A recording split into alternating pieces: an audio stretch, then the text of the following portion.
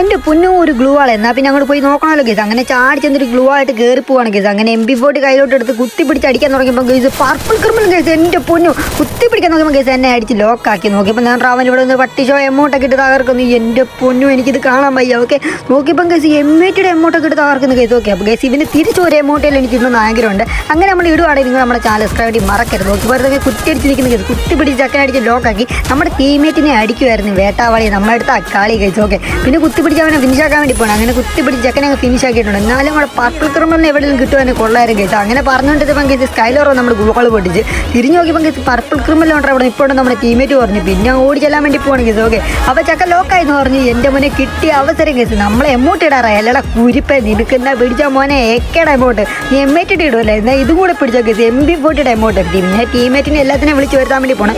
എല്ലാവരും വാനടാ ഇവൻ എമൗണ്ട് ഇട്ട് താർക്കടാ കേസ്. അപ്പം മറ്റേ വീഡിയോ ഇഷ്ടപ്പെടുന്ന ചാനൽ എത്ര വേണ്ടി മറക്കല്ലേ.